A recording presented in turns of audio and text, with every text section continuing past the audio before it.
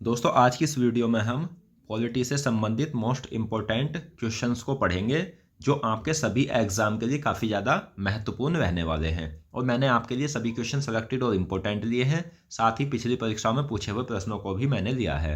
अगर आप इन सभी प्रश्नों को अच्छे से याद कर लेते हो तो आप यकीन मानना इनमें से आपको एग्जाम में क्वेश्चन देखने को मिलेंगे। और साथ ही अगर आपने पॉलिटी को पढ़ रखा है तो आपका रिवीजन हो जाएगा, टेस्ट हो जाएगा। और दोस्तों मैं आपको बता दूं कि आपको 100% इस वीडियो में नए क्वेश्चन भी देखने को मिलेंगे। तो चलिए शुरू करते हैं फर्स्ट क्वेश्चन से। तो फर्स्ट क्वेश्चन है हमारा, भारतीय संविधान के किस भाग में राज्य के नीति निर्देशक तत्वों का वर्णन किया गया है? तो भारतीय संविधान का वह भाग जिसके अंतर्गत राज्य के नीति निर्देशक तत्वों का उल्लेख है, तो वह भाग है भाग 4। तो ऑप्शन बी सही आंसर है। नेक्स्ट, किस अनुच्छेद से किस अनुच्छेद तक राज्य के नीति निर्देशक तत्वों का वर्णन किया गया है? तो भाग 4 के किस अनुच्छेद से किस अनुच्छेद तक राज्य के नीति निर्देशक तत्वों को दर्शाया गया है? तो अनुच्छेद 36 से 51 तक। तो ऑप्शन ए सही आंसर है। नेक्स्ट, राज्य के नीति निर्देशक तत्व किस देश के संविधान से लिए गए हैं? तो राज्य के नीति निर्देशक तत्व जो लिए गए हैं वो किस देश के संविधान से लिए गए हैं? तो ये भी कई बार एग्जाम में पूछा हुआ क्वेश्चन है। तो ये लिए गए हैं दोस्तों आयरलैंड के संविधान से। तो ऑप्शन बी सही आंसर है। नेक्स्ट, किसने संसदीय व्यवस्था को कैबिनेट व्यवस्था कहा है? तो संसदीय व्यवस्था को कैबिनेट व्यवस्था जो कहा है वो किसने कहा है? तो ये कहा है आइवर जेनिंग्स ने। आइवर जेनिंग्स ने संसदीय व्यवस्था को कैबिनेट व्यवस्था का नाम दिया है।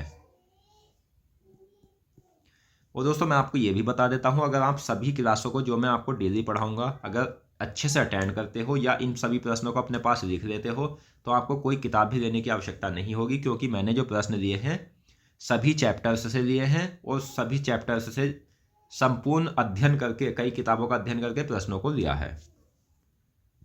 नेक्स्ट, किस व्यवस्था में शक्ति का केंद्र बिंदु कैबिनेट होता है? तो विश्व में लोकतांत्रिक सरकार जो है ये दो भागों में बटी हुई है, एक तो संसदीय सरकार और एक अध्यक्षतात्मक सरकार। तो वह सरकार कौन सी है या व्यवस्था कौन सी है जिसमें शक्ति का केंद्र बिंदु कैबिनेट होता है? तो वह व्यवस्था है संसदीय व्यवस्था।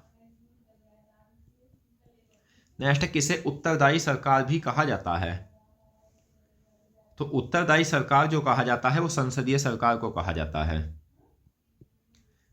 और संसदीय सरकार को उत्तरदायी सरकार क्यों कहा जाता है? तो इसलिए कहा जाता है क्योंकि इसमें कैबिनेट जो होती है यानी वास्तविक कार्यकारिणी ये संसद के प्रति उत्तरदायी होती है और इनका कार्यकाल तब तक चलता है जब तक उन्हें संसद का विश्वास प्राप्त हो। नेक्स्ट, योजना आयोग के पदेन अध्यक्ष कौन होते थे? तो योजना आयोग जो है ये परामर्शदात्री और गैर संवैधानिक निकाय है। इसकी स्थापना 15 मार्च 1950 को जवाहरलाल नेहरू जो भारत के प्रथम प्रधानमंत्री थे उन्होंने की थी। और इसकी जो स्थापना हुई थी वो केसी नियोगी समिति की अनुशंसा पर हुई थी। केसी नियोगी कब समिति गठित हुई थी? 1946 में। तो यह 65 वर्ष पुरानी संस्था जो थी इसे प्रधानमंत्री नरेंद्र मोदी ने 15 अगस्त 2014 को लाल किले जो कि दिल्ली में है वहां घोषणा की थी और इसके स्थान पर नीति आयोग को लाया गया है। नीति आयोग 1 जनवरी 2015 से लाया गया है। तो इसीलिए योजना आयोग के पदेन अध्यक्ष कौन होते थे? तो वे होते हैं भारत के प्रधानमंत्री होते थे।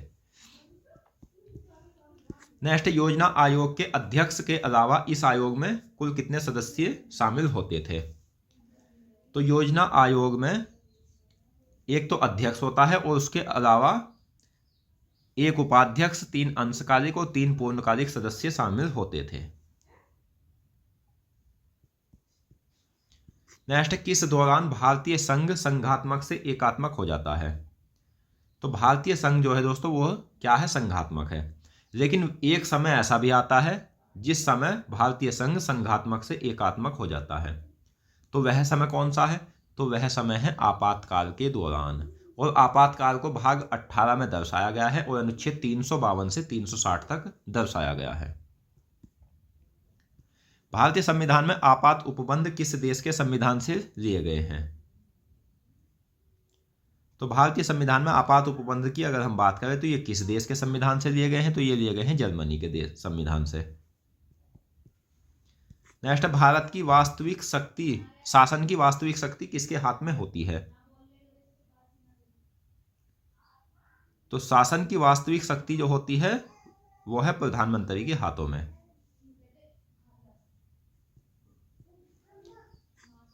नेक्स्ट, कौन मंत्री परिषद का निर्माण और उसका संचालन करता है? तो मंत्री परिषद का निर्माण और उसका संचालन जो किया जाता है वो किसके द्वारा किया जाता है? तो ये किया जाता है दोस्तों प्रधानमंत्री के द्वारा।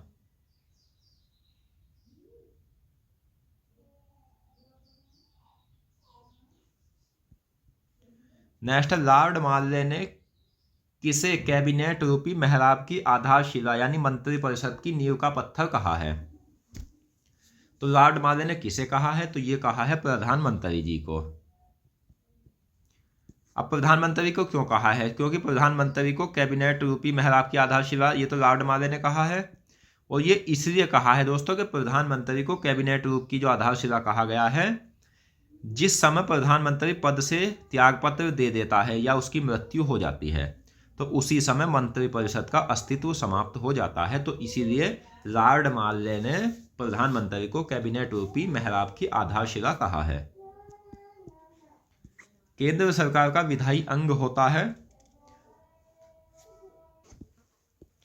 नेक्स्ट, राष्ट्रीय मानवाधिकार आयोग कैसा निकाय है? तो राष्ट्रीय मानवाधिकार आयोग जो है ये कैसा निकाय है? तो यह है गैर संवैधानिक यानी कि सांविधिक निकाय। संयुक्त राष्ट्र संघ के किस अंग द्वारा मानवाधिकार की घोषणा की गई थी? तो मैं आपको बता दूं, संयुक्त राष्ट्र संघ के 6 प्रधान अंग हैं, जिनमें से एक महासभा भी है। तो संयुक्त राष्ट्र संघ की महासभा द्वारा मानवाधिकार की घोषणा की गई थी। और ये घोषणा कब की गई थी? तो ये घोषणा की गई थी 10 दिसंबर 1948 में। वह अधिकार जिनका उद्भव राज्य द्वारा नहीं होता है अपितु राज्य उनकी रक्षा करता है, तो वह अधिकार कौन से हैं? तो वह अधिकार है मानवाधिकार।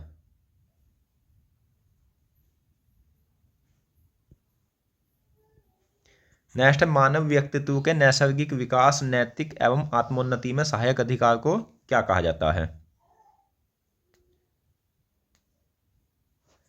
तो मानव व्यक्तित्व के नैसर्गिक विकास, नैतिक एवं आत्मोन्नति में सहायक अधिकार को कहा जाता है मानवाधिकार। भारतीय संविधान के तहत भारत के किस नाम को मान्यता प्रदान की गई है? तो भारतीय संविधान के तहत भारत के भारत और इंडिया नाम को मान्यता प्रदान की गई है। वर्तमान में भारत में कुल कितने राज्य हैं? तो वर्तमान में भारत में जो है वो कुल 28 राज्य हैं। और केंद्र शासित प्रदेश की अगर हम बात करें तो वर्तमान में भारत में केंद्र शासित प्रदेशों की संख्या वो है 8। दोस्तों, अगर आप डेली क्लासों को अटेंड करते हो तो आप यकीन मानना जितने भी कंपटीशन के एग्ज़ाम में जीके के क्वेश्चन पूछे जाते हैं जिस भी सब्जेक्ट से, मैं आपको संपूर्ण कंप्लीट करा दूंगा। पॉलिटी भी आपकी जितने भी चैप्टर हैं और उनसे जितने भी प्रश्न बनने वाले हैं सभी के सभी कंप्लीट करा दूंगा, कोई क्वेश्चन बाहर नहीं जाएगा। नेक्स्ट, भारत में राष्ट्रीय मानवाधिकार आयोग का गठन कब किया गया? तो भारत में राष्ट्रीय मानवाधिकार आयोग का जो गठन किया गया है 12 अक्टूबर 1993 को किया गया।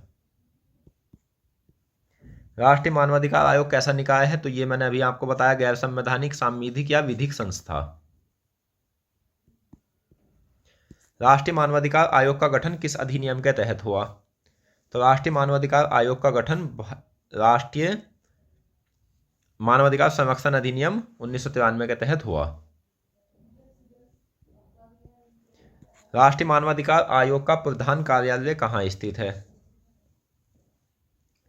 तो राष्ट्रीय मानवाधिकार आयोग का प्रधान कार्यालय की अगर हम बात करें तो ये दिल्ली में है। संघ की शासन व्यवस्था के बारे में प्रावधान संविधान के किस भाग के अंतर्गत किया गया है? तो संघ की शासन व्यवस्था के प्रावधान बारे में जो प्रावधान किया गया है वो संविधान के भाग 5 के अंतर्गत किया गया है। संघ की शासन व्यवस्था के बारे में प्रावधान भाग 5 के किस अनुच्छेद से किस अनुच्छेद के अंतर्गत किया गया है? तो अनुच्छेद 52 से 151 के अंतर्गत। देश में मानव अधिकारों का प्रहरी कौन है? तो देश में मानव अधिकारों के प्रहरी की अगर हम बात करें तो वो कौन है? तो राष्ट्रीय मानवाधिकार आयोग। वह वैधानिक दस्तावेज जो उस देश की जनता के विश्वास व उसकी आकांक्षाओं को प्रतिबिंबित करती है क्या कहलाता है? तो वह वैधानिक दस्तावेज कहलाता है संविधान।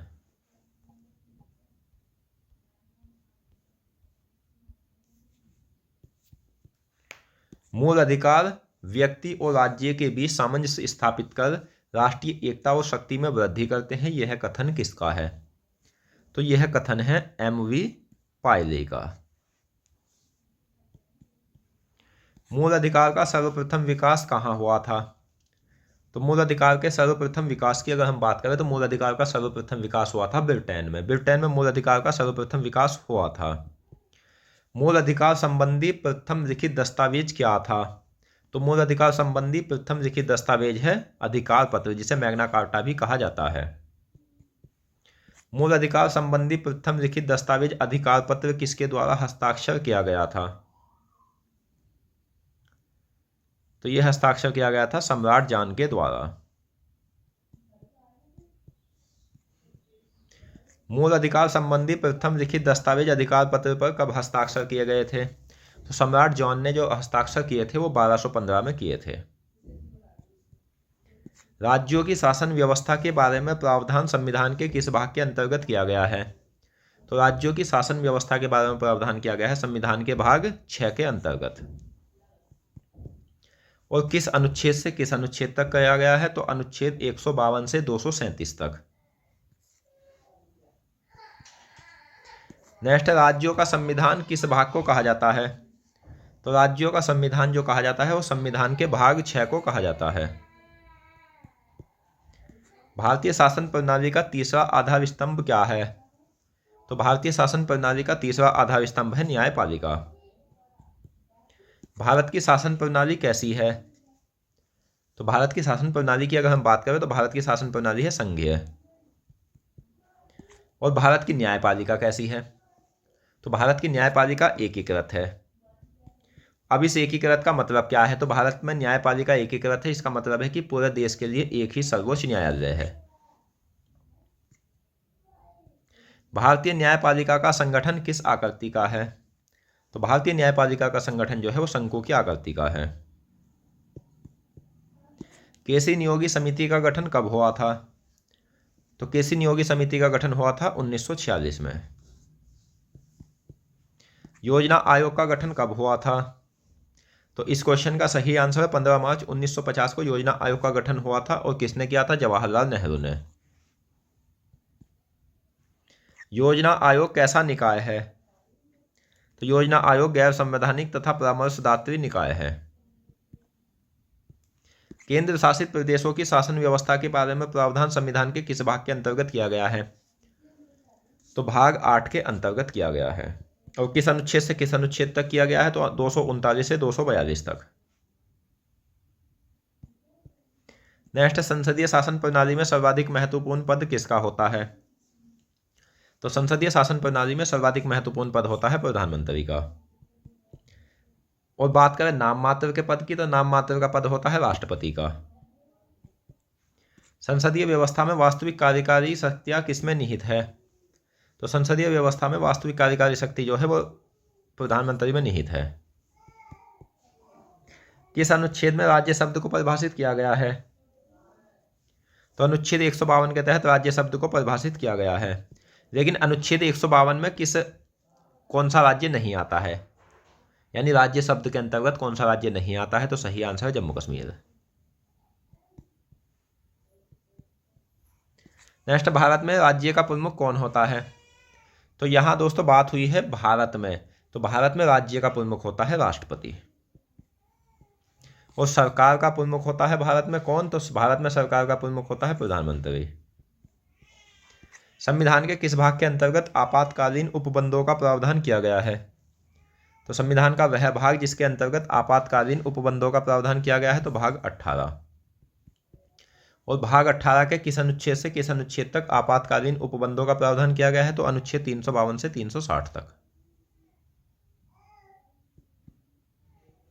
नेक्स्ट, संविधान के किस भाग के अंतर्गत संघ और उसके राज्य क्षेत्र की चर्चा की गई है, तो भाग 1 में। और किस अनुच्छेद से किस अनुच्छेद तक संघ और उसके राज्य क्षेत्र की चर्चा की गई, तो अनुच्छेद 1 से 4 तक। किस अनुच्छेद के अनुसार भारत राज्यों का एक संघ होगा, तो वह अनुच्छेद कौन सा है जिसके अनुसार भारत राज्यों का एक संघ होगा, तो अनुच्छेद 1।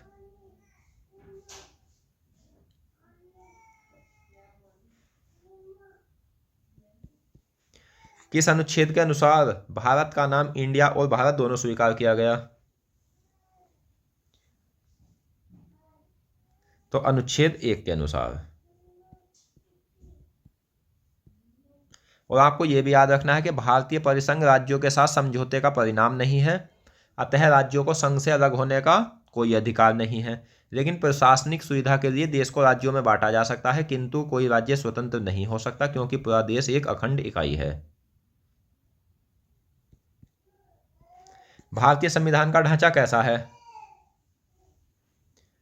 तो भारतीय संविधान का ढांचा है संघीय।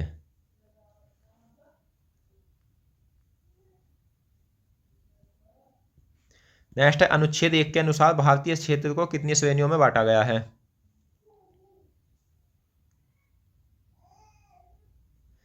तो अनुच्छेद 1 के अनुसार भारतीय क्षेत्र को 3 श्रेणियों में बांटा गया है। राज्यों के क्षेत्र, संघ क्षेत्र और ऐसे क्षेत्र जिन्हें किसी भी समय भारत सरकार द्वारा अधिग्रहित किया जा सकता है। भारतीय संविधान की किस अनुसूची में राज्यों एवं संघ शासित राज्यों के क्षेत्र को दर्शाया गया है, तो अनुसूची 1 में।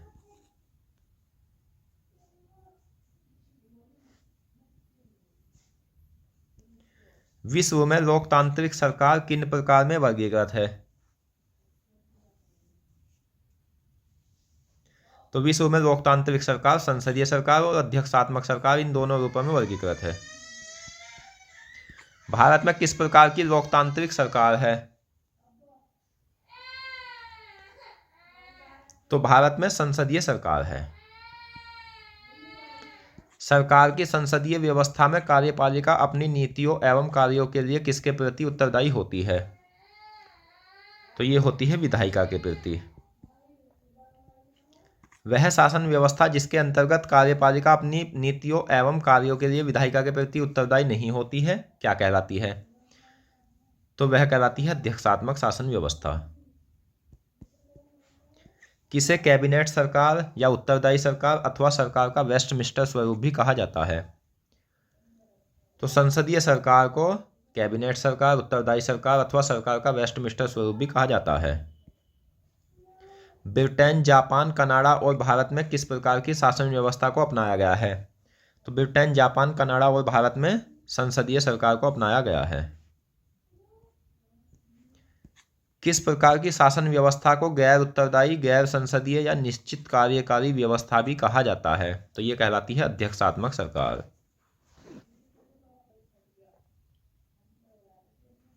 नेक्स्ट है, अमेरिका, ब्राजील, रूस, श्रीलंका आदि में किस प्रकार की शासन व्यवस्था को अपनाया गया है, तो अमेरिका, ब्राजील, रूस, श्रीलंका आदि में अध्यक्षात्मक सरकार को अपनाया गया है। संविधान सभा के विचार का प्रतिपादन सर्वप्रथम किसके द्वारा किया गया था, तो संविधान सभा के विचार का प्रतिपादन सर्वप्रथम किया गया था, ये विश्व की बात हुई है, भारत की नहीं, तो इंग्लैंड के समानतावादियों और सर हेनरी मैन ने, तो दोनों। नेक्स्ट है, सर्वप्रथम संविधान सभा के विचार को व्यावहारिक रूप किसने प्रदान किया था, तो सबसे पहले संविधान सभा के विचार को व्यावहारिक रूप प्रदान किया था अमेरिका और फ्रांस, इन दोनों देशों ने। भारत में संविधान सभा के सिद्धांत का दर्शन किसके निर्देशन में तैयार हुआ था, तो भारत में संविधान सभा के सिद्धांत का दर्शन बाल गंगाधर तिलक 1895 के स्वराज विधेयक के निर्देशन में तैयार हुआ था। भारतीय संविधान भारतीयों की इच्छा अनुसार ही होगा, यह किसने कहा था, तो भारतीय संविधान भारतीयों की इच्छा अनुसार होगा, यह कहा था महात्मा गांधी जी ने। और इन्होंने ये बात कब कही थी, तो 1922 में यह बात कही थी। ब्रिटिश सरकार के सम्मुख संविधान सभा के निर्माण की मांग मोतीलाल नेहरू ने कब प्रस्तुत की थी, तो मोतीलाल नेहरू ने जो ब्रिटिश सरकार के सम्मुख संविधान की मांग प्रस्तुत की थी वो 1924 में प्रस्तुत की थी। औपचारिक रूप से संविधान सभा के विचार का प्रतिपादन सर्वप्रथम किसने किया था? तो औपचारिक रूप से संविधान सभा के विचार का प्रतिपादन किया था एम.एन. राय ने। और एम.एन. राय ने ये कब किया था? तो 1934 में किया था। सबसे पहले भारत में संविधान सभा के गठन का विचार किसने रखा था? तो सबसे पहले भारत में संविधान सभा के गठन का विचार रखा गया था एम.एन. राय के द्वारा ही। और कब रखा था? तो 1934 में। तो दोस्तों आज की इस वीडियो में हमने भारतीय संविधान से संबंधित मोस्ट इंपॉर्टेंट क्वेश्चंस को पढ़ा और मैं आशा करता हूँ क्वेश्चंस आपको अच्छे से समझ आ गए होंगे। तो मिलते हैं नेक्स्ट वीडियो में और अन्य महत्वपूर्ण प्रश्नों के साथ। धन्यवाद।